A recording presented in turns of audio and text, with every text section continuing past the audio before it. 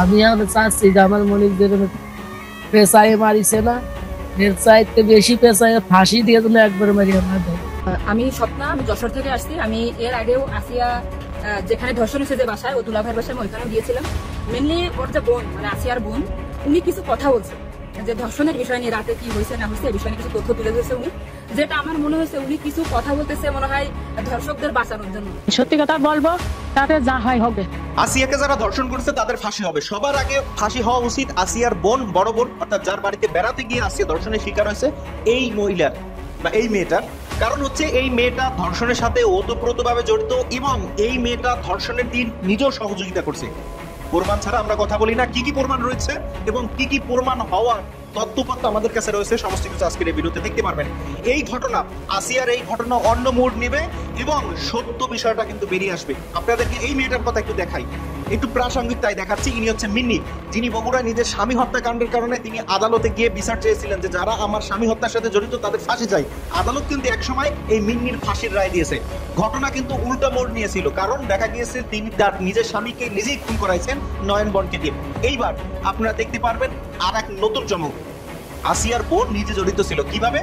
কারণ এখানে বলা হয়েছে, মামলার কপি যদি আপনারা দেখে থাকেন তাহলে কিন্তু সেখানে বলা হয়েছে যে দুলাভাই এবং দুলাভাইয়ের বাপ দুজনে মিলে গ্রুপ দর্শন করেছে। এটা শুনতে খুবই খারাপ লাগে এবং লজ্জাকর, কিন্তু এইটা আপনার কি কখনো মনে হয় যে বাপ ছেলে মিলে কোনো মেয়েকে ধর্ষণ করবে? আর সেই মেয়েটা 8 বছরের মেয়ে, এত ছোট বাচ্চাকে ধর্ষণ করবে বাপ ছেলে মিলে, এটা কি আপনার বিশ্বাস হয়?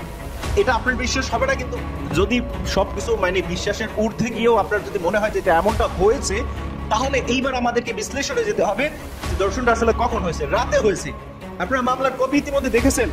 যদি রাতে ধর্ষণ হয়ে থাকে তাহলে সেই রাতে যেখানে ধর্ষণ হয়েছিল সেই জায়গায় আসলে কে কে ছিল, সেই জায়গায় আমরা দেখতে পারি এই আসিয়া ছিল, আসিয়ার বড় বোন ছিল এবং আসিয়ার দুলাভাই ছিল। তাহলে তার বাবা সেখানে আসলো কিভাবে ধর্ষণ করতে? আপনারা বিষয়গুলো একটু সুন্দরভাবে নোট করবেন। এবং আসিয়ার বোন তিনি যে বক্তব্য দিয়েছে, আসিয়া তো তিনি আসলে ইতিমধ্যে সোশ্যাল মিডিয়া আসিয়ার অনেক ফেক বক্তব্য রয়েছে। আসিয়া আসলে এখন পর্যন্ত সোশ্যাল মিডিয়ায় তাকে কে আসলে ধর্ষণ করছে বা তিনি কি বিষয়ের সম্মুখীন হয়েছিলেন এবং তার উপর কি কি গেছে সেটা তিনি এখন পর্যন্ত স্পষ্ট করতে পারেনি। এটা আমাদের জন্য দুর্ভাগ্য। কিন্তু আসিয়ার বোন তিনি যে কথাগুলো বলছেন সেই কথায় তিনি নিজে ফেঁসে গিয়েছেন। কিভাবে ফাঁসছেন আপনি আপনাদেরকে বুঝাই। কারণ আসিয়ার বোন নিজেই একটা বক্তব্যে বলেছিলেন যে তিনি শোয়া ছিলেন, ঘুমেছিলেন এবং তার পাশে বোন ছিল এবং সেখানে বসেই ধর্ষণ হয়েছে। আমরা সেই বক্তব্যটা একটু আপনাদেরকে দেখাই। আসসালামু আলাইকুম দর্শক, নতুন একটা নিউজে আপনাকে স্বাগতম। প্রিয় দর্শক, আসিয়া ধর্ষণের নতুন মোড়। আসিয়ার বড় বোনকেও ধর্ষণ করত শ্বশুর ও ভাসুর, বেরিয়ে এলো গোপন তথ্য। আসিয়া কাণ্ডে তার বড় বোন জড়িত। আলোচিত মাগুরার আসিয়ার ধর্ষণ ঘটনায় নতুন করে তার বোনের ফেঁসে যাওয়া ও ধর্ষণ কাণ্ডে নতুন মোড় নেওয়ার ঘটনা ও প্রেক্ষাপট নিয়ে করা আমাদের আজকের ভিডিওটি অত্যন্ত গুরুত্বপূর্ণ। ভিডিওটি শুরু থেকে শেষ পর্যন্ত ধৈর্য সহকারে দেখলেই জানতে পারবেন আসিয়া ধর্ষণের মূল হোতা কে। তাই ভিডিওটি না টেনে শেষ পর্যন্ত ধৈর্য সহকারে দেখুন এবং আমাদের চ্যানেলে নতুন হলে চ্যানেলটি সাবস্ক্রাইব করে পাশে থাকা বেল আইকনে ক্লিক করে রাখুন। আপনি তো আসিয়ার বোন, আপনি তো যেদিন ধর্ষণ হয়েছে আপনি তো এখানে ছিলেন না? যেদিন ধর্ষণ হয়েছে সেদিন নিয়ে আপনি কিছু কথা বলছেন টেলিভিশনের সামনে, আমরা দেখেছি, সারা বাংলাদেশের লোক দেখছে। তো আপনি বলছেন, একবার বলতেছেন যে আমি ওয়াশরুমে গেছিলাম, এই সুযোগে ধর্ষণ হয়েছে। আপনি আরেকবার বলতেছেন যে রুম থেকে বের করে নিয়ে ধর্ষণ করছে। আপনি আরেকবার বলতেছেন যে ধর্ষণের সময় আমি ঘুমাইছিলাম, কিছু ঠিক পাইনি। আসলে কোনটা সঠিক? আমি তো ওইটাই বলি না, বলছিলাম আমি ঘুমাইছিলাম, যখন বাথরুমে গেছি সেই সময় দেখি যে ওইখানে পড়ে রয়েছে। এইটাই বলি। ধর্ষণটা হয়েছে কোন রুমে? তালা কই, চাবি কই? রুমের চাবি কই? চাবি কার কাছে? আপনার কাছে আছে? আরে ভাই, ফ্যামিলি সবই জানে রাতের বেলা যে খাইনিটা মূলত মেরে ফেলার লাইন করছে, তারা পারে নাই। চিল্লাচিল্লির কারণে এলাকার লোকজন সকালবেলা তারা উদ্ধার করে সবাই মিলে। আচ্ছা ভাই, একটা কথা বলি, এই যে একটা বাচ্চারা ধর্ষণ করছে, পুরো রুমে রক্ত হয়েছে, এনারা এতগুলো ঘর কেউ জানে না? জানে ঠিকই, হঠাৎ করে তারা সেরি খেতে উঠে ব্যাপারটা দেখে। এটা আড়াল করার জন্য প্রথম তারা মাদ্রাসা নিয়ে যায় হুজুরের কাছে। তখন হুজুর বলে এটা কোনো যে নাচরের কিছু না, এটা কি হয়েছে পদ্ধতি বা পরবর্তীতে কি হয়েছে সেটা বলেন। প্রথমের খাইনি, তারা বলে না, তার ব্যাগ আনে তারা একটা মানে মানসিক কায়দায় হাসপাতালে নিয়ে যায়। বাসায় বলে না, তারা যে ফ্যামিলি তাদের কাছে বলে না। হাসপাতালে নেওয়ার পরে সেই ব্যাপারটা এনারা তাকে ভর্তি করে দিয়ে তার স্ত্রী প্লাস তার স্বামী হলো পলাই দেয়, ছেলের বাবা এবং মা। এই বাড়ির সবাইকে অ্যারেস্ট করা উচিত। হ্যাঁ হ্যাঁ, প্রত্যেকটা মানুষকে অ্যারেস্ট করা উচিত। যদিও এরাই করে হয়েছে ধর্ষণ, এইসব পাপের ঘটনা নয়। লাইট আছে? আর আপনার ছেলে যদি ধর্ষণ করে থাকে, আপনি কি তার ফাঁসি চান? হ্যাঁ, ঠিক আছে। যদি আপনারা রিপোর্টে যা পান আমি তার জীবনে আপনাদের পিতা ছিল, সাজা চাই। আপনাদের পিতা ছিল, সেটা স্বীকার করছে যে তারা বাপ ছেলে মিলে ধর্ষণ করছে, তাহলে কি হবে? আমার পুতা ছেলে হ্যাঁ, সেটা আপনাদের ব্যাপার, আপনারা যা খুশি তাই করেন। আমি বলবো না যে আমার ছেলে করুক আর আমার পুতা ছেলে করুক, তাদের সাজা আপনারা যে খালি পারেন সেগুলি আপনারা সাজা দেখবে। আমি ওর মধ্যে আর কোনো আমার আপনি ছিলেন কোথায় যখন ধর্ষণটা হয়েছে গত রাতে? তখন করছিলেন শুয়ে থাকি। ওই নিয়ে চিল্লাচিল্লি করে নি বাচ্চা মেয়েটা? না, না। আপনারা যে বিচার করতে যে রিপোর্ট আছে এখানে আছে, কই গেছে, বাড়ি আছে? আপনি তো আসিয়ার বোন, আপনি তো যেদিন ধর্ষণ হয়েছে আপনি তো এখানে ছিলেন না? যেদিন ধর্ষণ হয়েছে সেদিন নিয়ে আপনি কিছু কথা বলছেন টেলিভিশনের সামনে, আমরা দেখেছি, সারা বাংলাদেশের লোক দেখছে। তো আপনি বলছেন, একবার বলতেছেন যে আমি ওয়াশরুমে গেছিলাম, এই সুযোগে ধর্ষণ হয়েছে। আপনি আরেকবার বলতেছেন যে রুম থেকে বের করে নিয়ে ধর্ষণ করছে। আপনি আরেকবার বলতেছেন যে ধর্ষণের সময় আমি ঘুমাইছিলাম, কিছু ঠিক পাইনি। আসলে কোনটা সঠিক? আমি তো ওইটাই বলি না, আমি বলছিলাম আমি ঘুমাইছিলাম, হ্যাঁ। ও যখন বাথরুমে উঠছে সেই সময় দেখি যে ও ওইখানে পড়ে রয়েছে, এইটা বলছি। আপনি বলছেন যে সিয়ারের পর, আবার বলছেন রাত 2:30। এটা মানে টাইমটা আসলে মানে মগরদিক তো সিয়ারি খাই উঠে না, তারপরের কথা বলছি। আচ্ছা, একটু আপনি একটু মানে প্রথম থেকে মানে রাতের থেকে কি ঘটনা ঘটছে একটু আমাদেরকে বলেন তো। ঘুমাই গেছিলাম 8টার দিকে ঘুমাইছিলাম। হ্যাঁ, আমি আমার জামাই আর আমার বোন, আমার বোন ইসলাম আমার পাশে ঘুমাইছিল। তা আমি জানতাম না যে ওর সাথে রুমে গেল।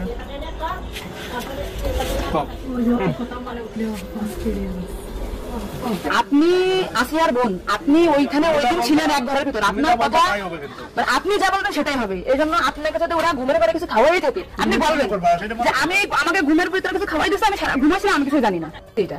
কিন্তু আপনি যদি বলেন যে রাত 2:30 শোনা হয়েছে, আমি তাহলে তো হবে না।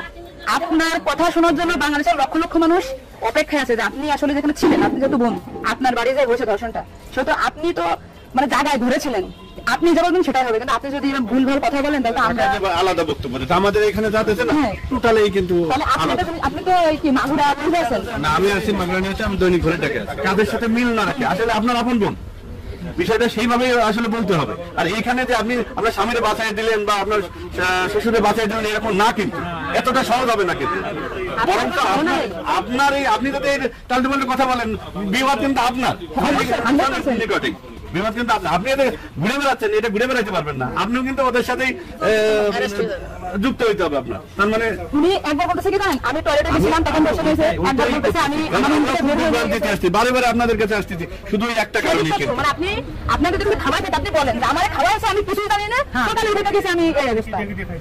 কিন্তু আপনি যদি টাইম উল্টো পাল্টা বলেন তখন তো মনে করেন আমাদের বাংলাদেশের লোকের না।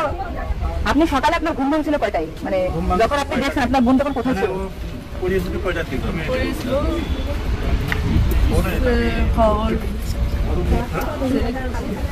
আপনি 8টার সময় ঘুমাইছেন, তারপরে কি আপনার ঘুম ছেড়ে খাওয়ার পরে ভাঙিছে? তার ভিতরে আপনি কিছুই জানেন না। আপনি এটা সুন্দর করে এখন যখন বললেন, কিন্তু মাঝে যে কথাগুলো বলেছেন এগুলো তো আসলে আপনি রিল্যাক্স হন, আপনি রিল্যাক্সে বলেন। এই আপনার ভাই, এগুলো আপনার ভাই, আমরা আপনার বোন, আছে আমার বোন, আছে আমাদের বোন, আমি নিজের বোন আছি।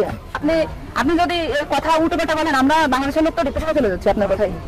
এই রাত্রে আপনার ঘুমের ওষুধ খাওয়াই দিছে, এই খাওয়াইছে আপনার কে মনে হয়, কে খাওয়াইছে আপনার ঘুমের ওষুধ? আপনার শ্বশুর না আপনার স্বামী না আপনার শাশুড়ি? খাওয়ার সময় তো আমি আর আমার শাশুড়ি ছিলাম। আচ্ছা, আপনার কি মনে হয় আপনার যেটা আপনার বাড়িতে আপনার সংসার করছেন, আপনার মনে হয় কে খাওয়াইছে আপনাকে, মানে আপনার শাশুড়ি না আপনার শ্বশুর হতে পারে? আমার শ্বশুর তো খাওয়ার সময় থাকে না, আমার শাশুড়ি তো থাকে। তাহলে আপনার কি মনে হচ্ছে আপনার এই ঘুমের ওষুধ আপনার শাশুড়ি খাওয়াইছে? কিন্তু আপনার শাশুড়ি যদি খাওয়াই থাকে তাহলে ধর্ষণটা আপনার শ্বশুর কিভাবে করলো? মানে ওনারা তো সবই জানে। তা আপনি কি এটা কখনো কি আমিদের সামনে বলছেন যে তাই তো আপনার শাশুড়ির 3 দিন বাইরে থাকার কথা না? সবাই তো উনি অ্যারেস্ট করে জানাইছেন শোনা। আজকে আমরা তো জানতে পারলাম যে আপনার ঘুমের উপর এটা খাওয়াইছে বা ওষুধ খাওয়াইছে, এটা আপনার শাশুড়ি খাওয়াইছে। তাতে এটা পরিকল্পিত না, মানে পরিকল্পিত ছিল ওদের আগে থেকে। আপনার আমি স্বপ্না, আমি যশোর থেকে আসছি। আমি এর আগেও আসিয়া যেখানে ধর্ষণ হয়েছে যে বাসায়, ও দুলাভাইয়ের বাসায়, আমি ওইখানেও গিয়েছিলাম। মেনলি ওর যে বোন, মানে আসিয়ার বোন, উনি কিছু কথা বলছে যে ধর্ষণের বিষয় নিয়ে, রাতে কি হয়েছে না হয়েছে এই বিষয় নিয়ে কিছু তথ্য তুলে ধরছে উনি, যেটা আমার মনে হয়েছে উনি কিছু কথা বলতেছে মনে হয় ধর্ষকদের বাঁচানোর জন্য।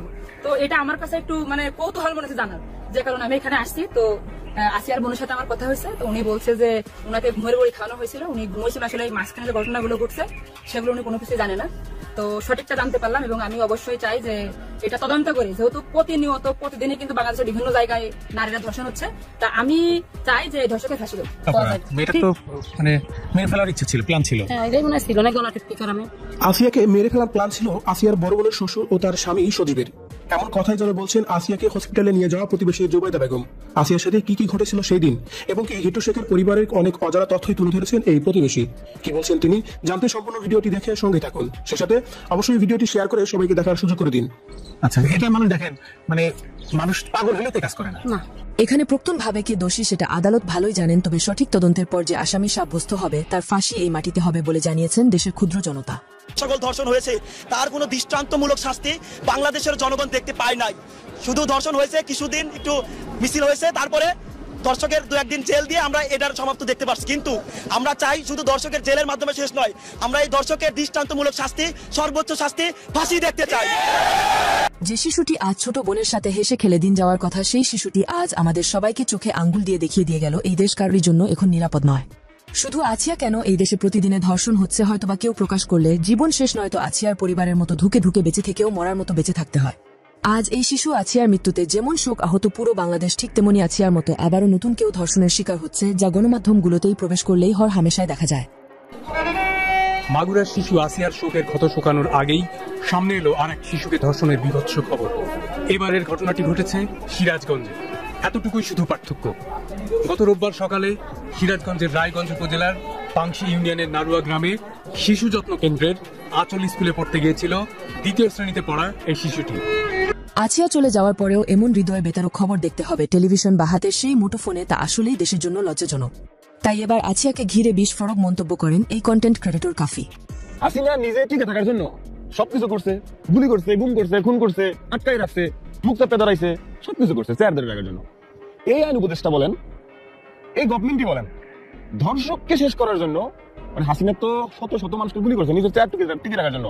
আর এই গভর্নমেন্ট একটা ধর্ষক, মানুষের চাহিদায় একটা ধর্ষককে সে গুলি করবে, জনসম্মুখে ফাঁসি দিবে, জনসম্মুখে মেরে ফেলবে, জনসম্মুখে মানুষ পাথর মারবে। এই একটা মানুষ হাসিনা নিজে টিকে থাকার জন্য হাজারো মানুষ মারছে, আর মানুষের এখন চাহিদা ধর্ষককে বন্ধ করার জন্য একটা মানুষকে মারবে। তাই এই গভর্নমেন্টের বুক কাঁপে, হাত কাঁপে, পারে না, এই গভর্নমেন্ট পারে না। লজ্জা ব্যর্থ। পরিশেষে আপনাদের বলছি, আছিয়ার আসামিদের কেমন শাস্তি হলে আপনারা একটু হলেও খুশি হবেন তা আমাদেরকে কমেন্ট করে জানিয়ে দিতে পারেন। এছাড়াও ভিডিওটি শেয়ার করে অন্য কোনো ভাই ও বোনদেরকে দেখার সুযোগ করে দিবেন।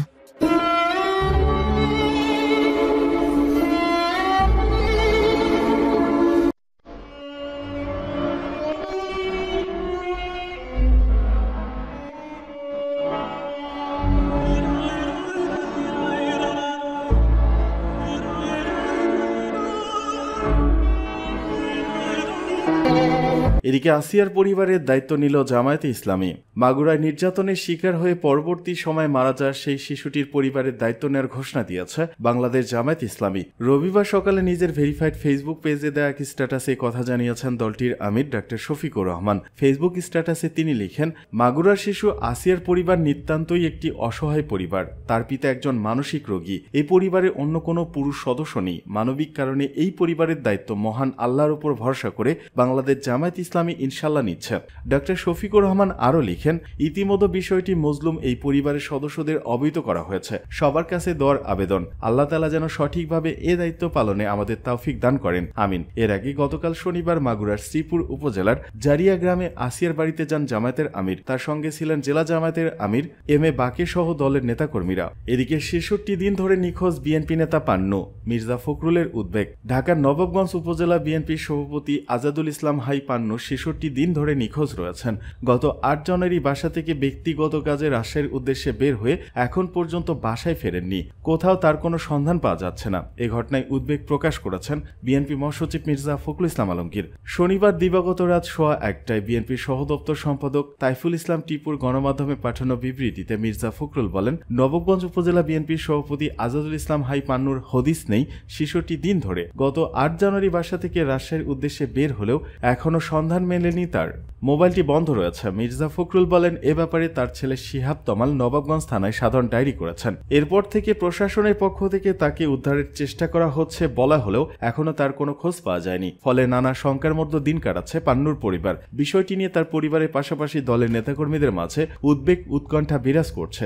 ঘটনায় গভীর উদ্বেগ প্রকাশ করে অবিলম্বে পান্নুকে খুঁজে বের করে তার পরিবারের কাছে হস্তান্তরের জন্য সরকার সহ আইন শৃঙ্খলা বাহিনীর প্রতি অনুরোধ জানান মির্জা ফখরুল।